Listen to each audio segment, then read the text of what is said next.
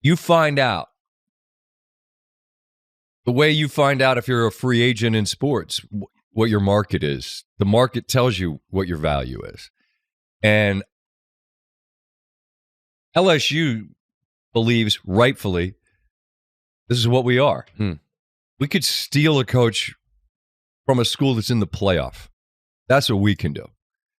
Well, Penn State, I'm certain, looks in the mirror and sees one of the best-looking programs in college football. A top 5 job.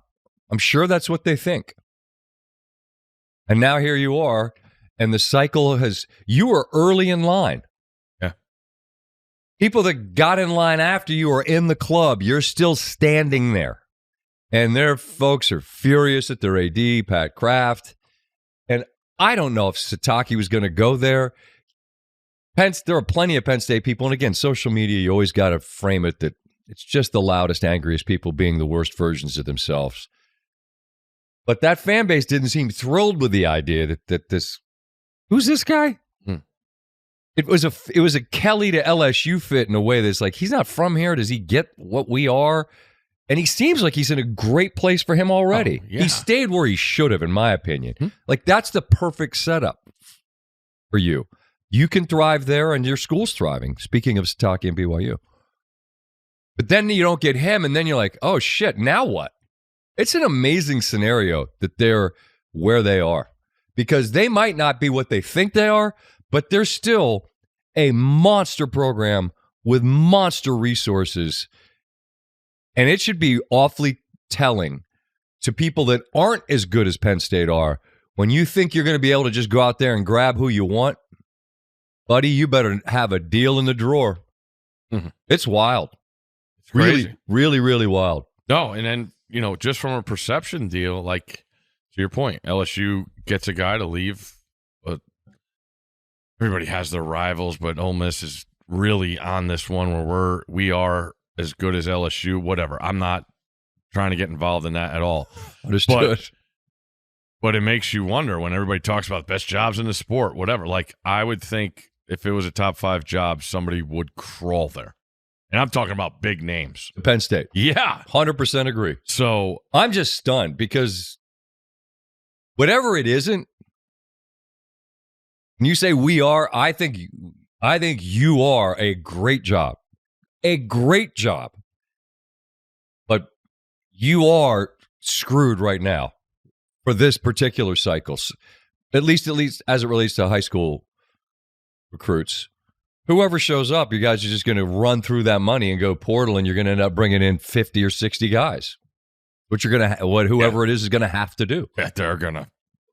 They opened up the checkbook last year. Wait till this one, right? You got to put guys in jersey numbers. It's so true. So the other one I looked at too is I saw Pat Fitzgerald.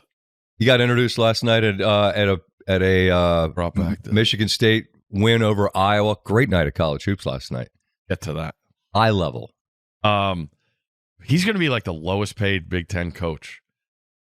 But speaking of big bags of money in Michigan State, we know the man that's bought the Suns and has been so generous with his money.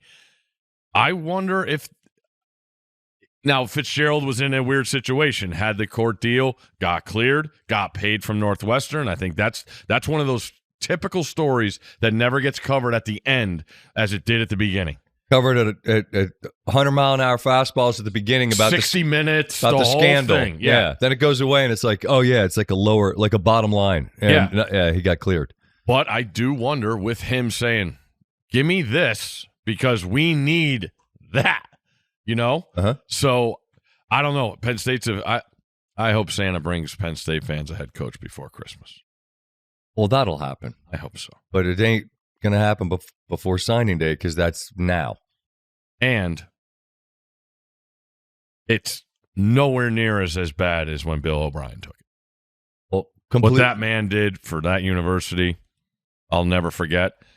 And again, you're going to have to swallow some pride initially because it's not going to be that splash. Everybody talked about the splash. It's not going to be that. But you are a school that has infectious school spirit and support and getting behind your teams, this is where you got to, swallow a little bit and trust the deal that guys that are making decisions and ladies, and you roll with it. So that's not what I expected, but it's why.